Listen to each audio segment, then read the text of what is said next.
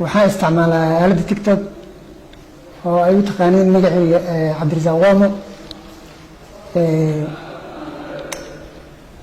ayaan hore waxaa dhacday inaan video aan soo geliyay barkayga TikTok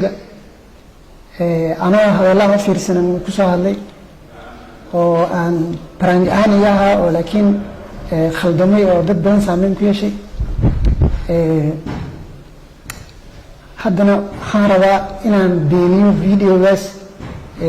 aan maadaama wax jira u yahaan ummadda Soomaaliyeedna uu ku yeeshay saameyn inaan beeniyo oo aad ogaataan waxaas inuu ahaa wax aan waxba ka jirin oo prank ahaan iga ahaa. markii dambena ummadda Soomaaliyeed naftarkeeda saameyn ku yeeshay oo booliska xitaa maxaa dhihi jiray iimaadaan oo arrintii saameyn ay yeelatay. marka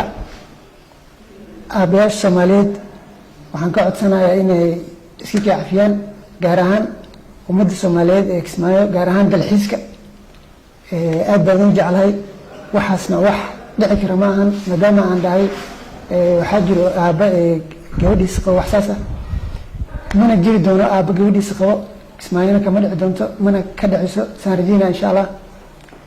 ummadda Kismaayo degan iyo ummadda Soomaaliyeed dhammaan muslimka waxaan ka codsanayaa inay iska kacafiyaan ana Ilaahay abuurtay aan weydiiso dimi dhaaf maadaama been dad badan dhageysteen aan aniga sheegay. qof walba oo videogaas daawaday waxaan ka codsanayaa videogan hadduu arko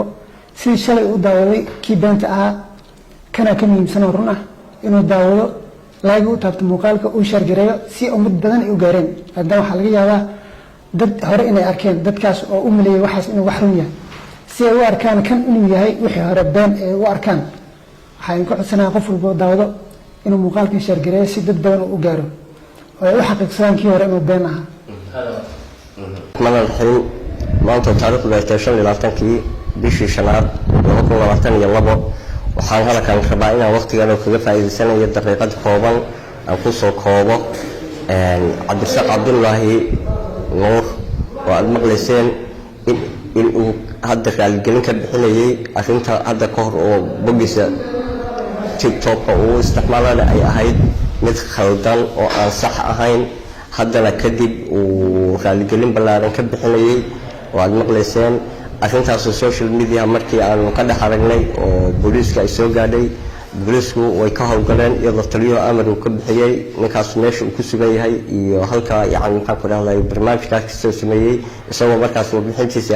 ay ahayd meeluusan joogin ee magaalada Kismaayo ah in arrintaas ka dhacday aabe gabadhii isagoo dhalay 3 carruur ka dhalay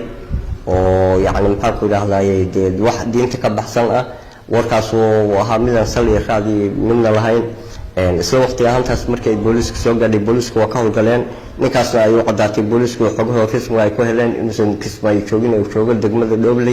Dhobley waxaa taliyaha qaybta la hadlay taliyahii saldhigga ayuu la hadlay amar ku siiyay iyadii laamaheedii dabagalka baarista way ka howlgaleen waa la soo qabtay gacanta ayaa booliisku soo dhigay kadib diyaaradda ayaa lagu soo qaaday waxaa la keenay magaalada Kismaayo markii la keenay laga soo dejiyay waxaa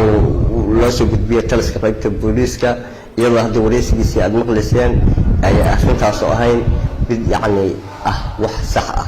booliisku waajibaadkii iyo kaalintii kaga aadanaa ayay ka mareen wax kasta oo arrimaha noocaas oo kale ah oo bulshada aan dhagteeda iyo sumcadeeda iyo maqalkeeda midna ku wanaagsanayna waxaan uga digaynaa asxaabta dhalinyarada ee TikTok iyo aalada social media isticmaasha walaalayaal ka fogaada wixii idin ku jiro bulshadana aan la qudro lahayn fadlan bil ahsaan iska daaya propagandada la ku raadinay ilaahay wuxuu siiyay damiir iyo aqli aad ku shaqaysan karaan waxaa tiin dad aqoon leh baatiin si xalaal ah u shaqaysan karaan qof kasta oo dhalinyaro waxa kula dardaarmayna in uu u fakaro sumcadiisa iyo sharaftiisa sidii uu ku ilaashan lahaa.